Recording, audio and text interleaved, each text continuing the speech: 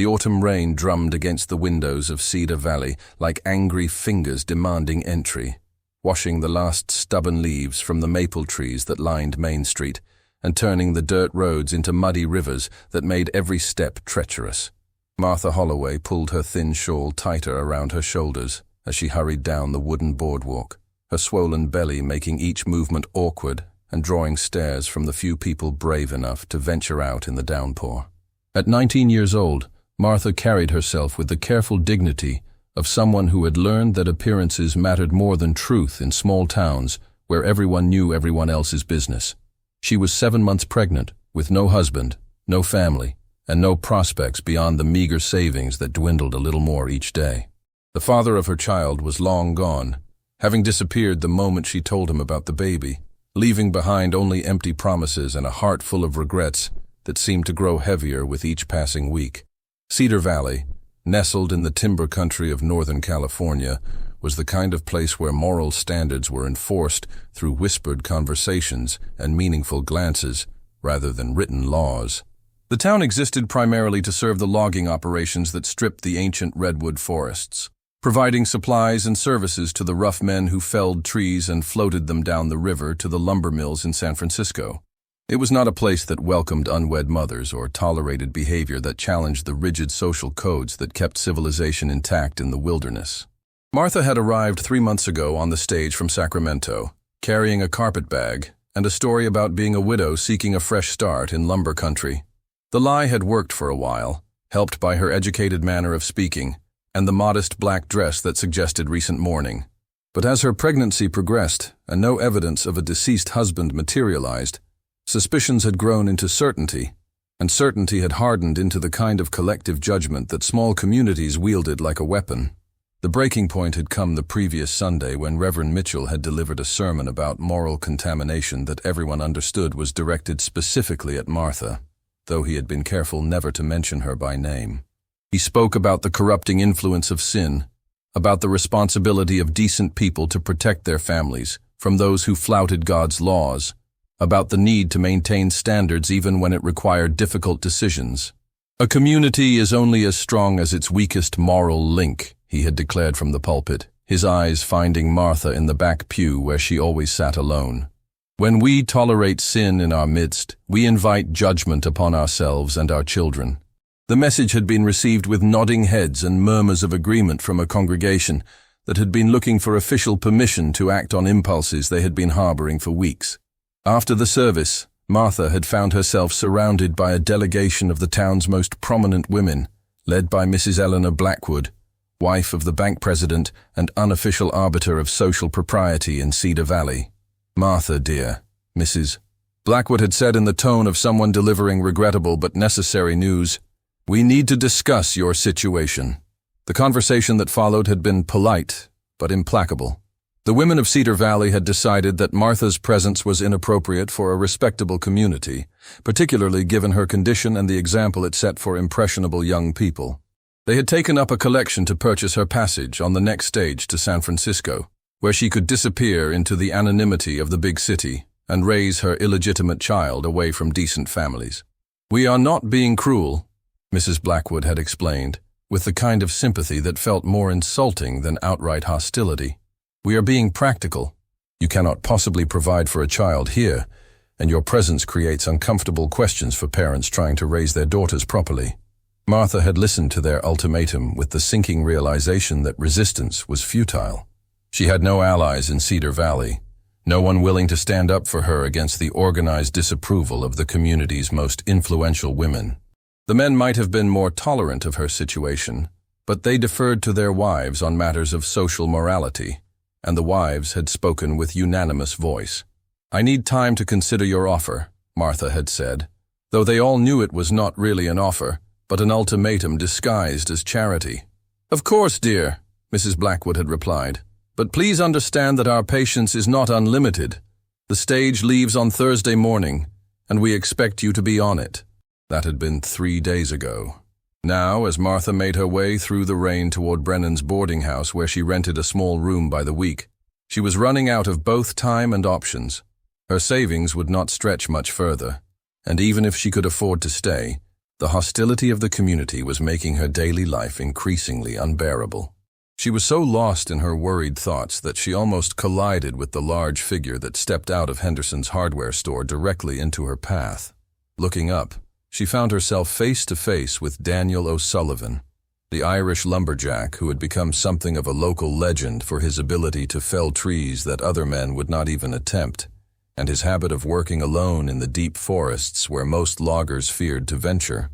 Daniel was a mountain of a man, standing well over 6 feet tall with the broad shoulders and powerful arms that came from a lifetime of swinging axes and handling massive logs.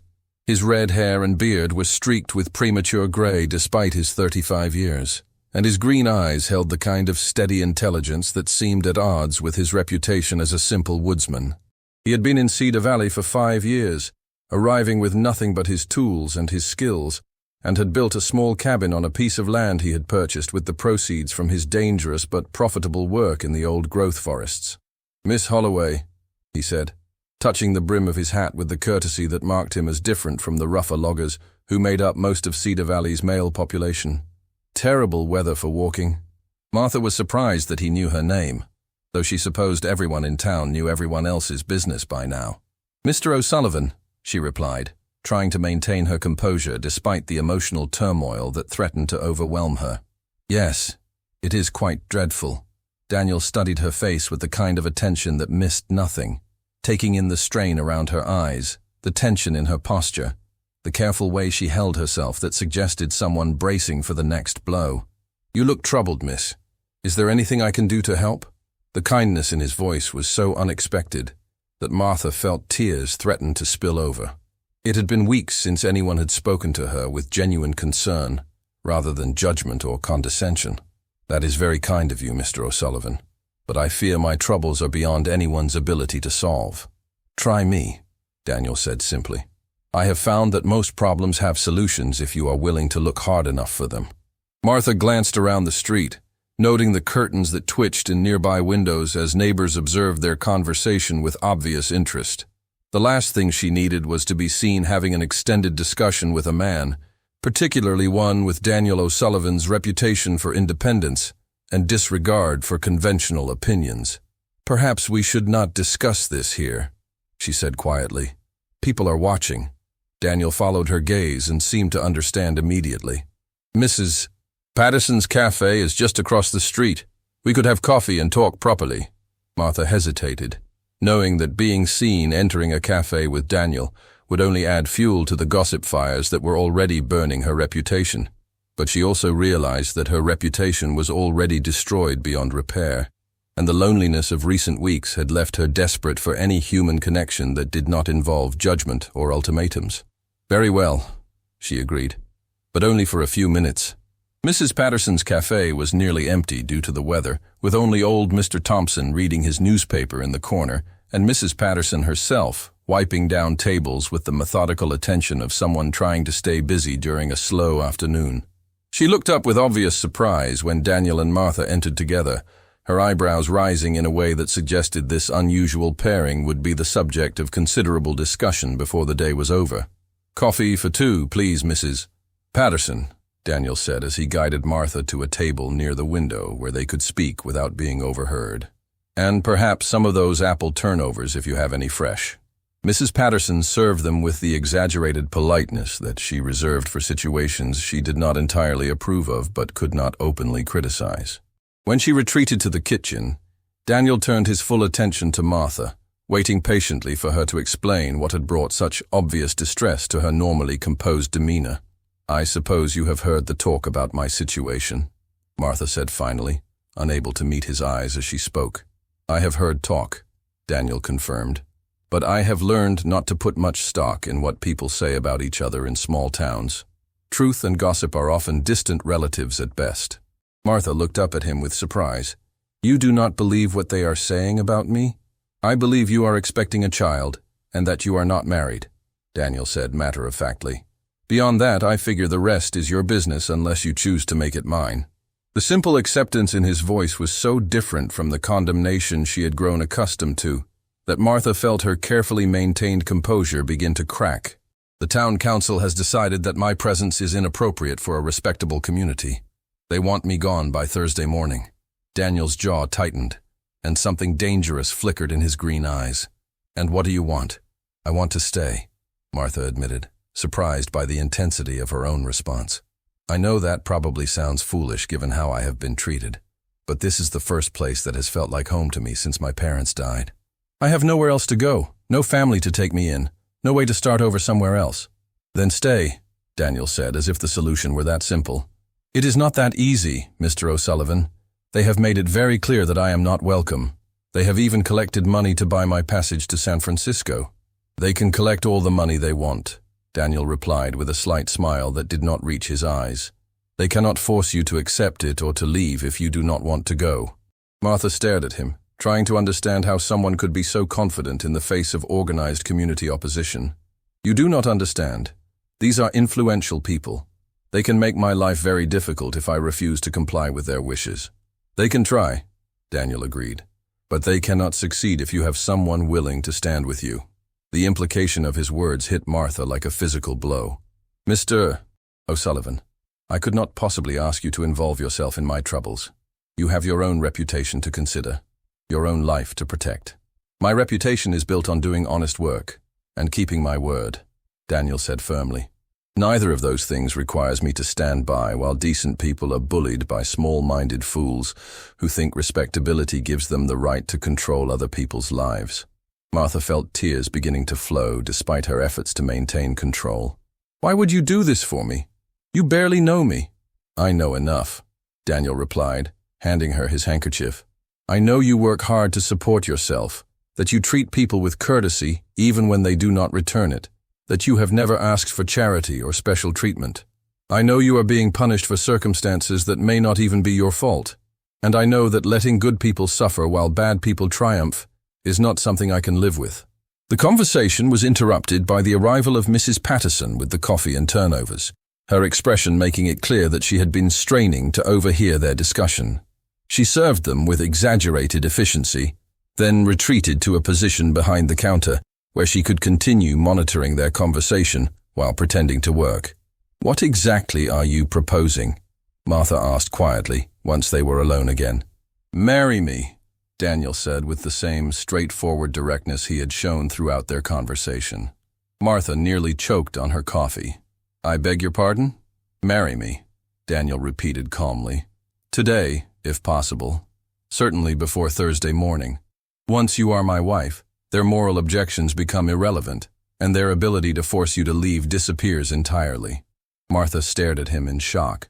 Mr. O'Sullivan, that is the most preposterous thing I have ever heard. You cannot seriously be proposing marriage to solve a social problem. Why not? Marriage is often used to solve problems, sometimes financial, sometimes political, sometimes social. This would not be the first marriage of convenience in the history of the world. But we do not know each other. We do not love each other. We have barely had a dozen conversations in the entire time I have been in Cedar Valley. Daniel considered this objection seriously. You are right that we do not know each other well, though I believe that could change over time if we both made the effort. As for love, that is something that can grow between people who respect each other and share common values. Many successful marriages have been built on less. Martha struggled to process what he was suggesting. And what would you get out of such an arrangement? Why would you tie yourself to a woman carrying another man's child? I would get a wife and a family, Daniel said simply. I have been alone for 5 years, living in a cabin in the woods and coming to town only when necessary. I am tired of solitude, tired of cooking my own meals and mending my own clothes and having no one to talk to except the trees I cut down. You would get respectability and protection. I would get companionship and a proper home. The child would get a father and a name. It seems like a fair exchange to me. The practical logic of his proposal was undeniable, but Martha still struggled with the implications of what he was suggesting. What if we discover we cannot stand each other? What if you come to resent me for trapping you in a loveless marriage? Then we will deal with those problems when they arise, Daniel replied pragmatically. But I think you underestimate both of us. We are both intelligent adults who understand that successful partnerships require effort and compromise. I believe we could make such a marriage work if we both committed to it. Martha looked out the window at the rain-soaked street where people hurried about their business, all of them secure in their places within the community that was trying to expel her. The alternative to Daniel's proposal was exile to San Francisco, where she would be completely alone with a newborn child and no resources beyond her rapidly dwindling savings. "You would truly be willing to raise another man's child as your own?" she asked. "A child is a child," Daniel said firmly. "Blood matters less than love and commitment. I would be proud to be father to any child you gave me the privilege of raising." The simple sincerity of his words broke through the last of Martha's resistance. Here was a man offering her not just rescue but genuine partnership, not just escape from her current predicament, but the possibility of building something meaningful from the wreckage of her previous dreams. "Mr. O'Sullivan," she said formally, "if you are truly serious about this proposal, then I accept." Daniel smiled, and this time the expression reached his eyes. "In that case, Miss Holloway, I think we should go speak with Reverend Mitchell about performing a wedding ceremony." The Reverend's reaction to their request was everything Martha had expected and worse. He listened to Daniel's explanation with growing horror, his face cycling through expressions of shock, disapproval, and barely contained outrage. "Mr. O'Sullivan," he said when Daniel had finished, "surely you cannot be serious about this course of action. This woman is carrying an illegitimate child. She has flouted the moral standards of our community. To reward such behavior with marriage would be to mock the sacred institution itself." "Reverend," Daniel replied with dangerous calm, "this woman is guilty of nothing more than trusting the wrong man. She has conducted herself with dignity throughout this ordeal, while members of your congregation have treated her with cruelty that would shame a pack of wolves. I am offering her marriage, not reward. I am offering her child legitimacy, not license.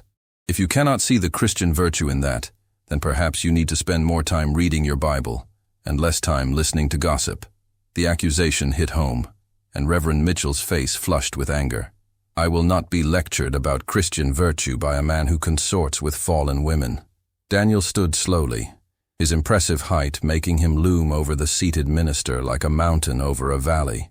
"Reverend, you will perform this ceremony, or I will find someone else who will. Judge Patterson in Eureka would be happy to marry us, and the entire town would know that their own minister refused to sanctify a union that would legitimize a child and provide protection for a woman in need." The threat was subtle but effective. Reverend Mitchell might disapprove of the marriage, but he could not afford to have his congregation learn that he had driven a couple to seek civil marriage because of his personal prejudices. Such news would raise uncomfortable questions about his pastoral priorities and his commitment to Christian charity. "Very well," he said stiffly. "I will perform the ceremony. But I want it understood that I do so under protest, and only because the sanctity of marriage itself demands that such unions be properly solemnized." "Your motivations are your own business, Reverend," Daniel replied. "As long as the ceremony is legal and binding, we will be satisfied." The wedding took place that evening in the Reverend's study, with Mrs. Patterson and her husband serving as witnesses. It was a simple ceremony, devoid of the joy and celebration that usually marked such occasions, but Martha found herself moved by the solemnity of the vows they exchanged. Daniel spoke his promises with quiet conviction, looking directly into her eyes as he pledged to love, honor, and protect her for the rest of their lives. When it was over, and they walked out into the crisp autumn evening as husband and wife, Martha felt as if she had crossed an invisible bridge into a completely different life. She was no longer Martha Holloway, unwed mother and social pariah. She was Martha O'Sullivan, wife of one of the most respected woodsmen in the territory, protected by marriage vows and community law from the judgment that had nearly destroyed her. The reaction of Cedar Valley to the marriage was swift and varied. Some people, particularly the men who worked in the logging camps, expressed grudging admiration for Daniel's decision to stand up for someone who had been treated unfairly. Others, led by Mrs. Blackwood and her circle of social arbiters, were scandalized by what they saw as a mockery of proper moral standards. But the practical effect was exactly what Daniel had predicted. Once Martha was married, the community's ability to ostracize her disappeared entirely. She was now the wife of a productive citizen, entitled to the same respect and consideration as any other married woman. The women who had campaigned for her exile found themselves forced to acknowledge her at church services and social gatherings, though their acceptance was grudging and conditional. The months that followed were a period of gradual adjustment for both Martha and Daniel. They established routines that allowed them to share their lives while respecting each other's need for privacy and independence. Daniel proved to be a considerate husband who never demanded more than Martha was prepared to give, while Martha brought order and comfort to his previously Spartan existence. When the baby was born in February, a healthy boy they named Samuel, the transformation was complete.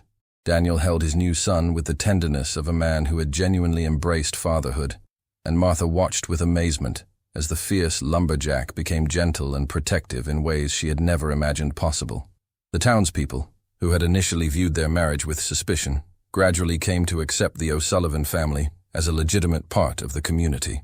Children who had been taught to fear Daniel's imposing presence discovered that he was willing to carve wooden toys and tell stories about life in the deep forest. Women who had shunned Martha found themselves seeking her advice on domestic matters and child-rearing. 2 years later, when Martha gave birth to their first biological child together, a daughter they named Rose, the integration was complete. The O'Sullivans were no longer the scandal couple who had married under unusual circumstances, but simply another family contributing to the growth and prosperity of Cedar Valley. On their third wedding anniversary, as they sat on the porch of the expanded cabin that Daniel had built to accommodate their growing family, Martha reflected on the journey that had brought them together. "Do you ever regret it?" she asked. "Taking on a wife and child under such circumstances?" Daniel looked at her with the same steady gaze that had convinced her to trust him 3 years earlier. "I regret that you suffered before we found each other," he said. "I regret that people can be cruel to those who need kindness most. But I have never regretted for one moment the decision to make you my wife." Martha smiled, watching Samuel chase fireflies in the garden, while baby Rose slept peacefully in her arms. "I used to think that love had to happen suddenly, like lightning striking. I never understood that it could grow slowly, like a tree putting down roots." "The best things usually grow slowly," Daniel observed. "Trees, children, trust, love. Quick things are often fragile things. What takes time to build tends to last." As if to prove his point, Samuel came running up to the porch, clutching a lightning bug in his cupped hands and calling excitedly for his father to come see his prize. Daniel scooped up the boy, who would never know that his biological father had been anyone other than the man who raised him, the man who had given him a name and a place in the world, simply because it was the right thing to do. The story of their unusual courtship became part of Cedar Valley folklore, told and retold as an example of how courage and compassion could triumph over prejudice and fear.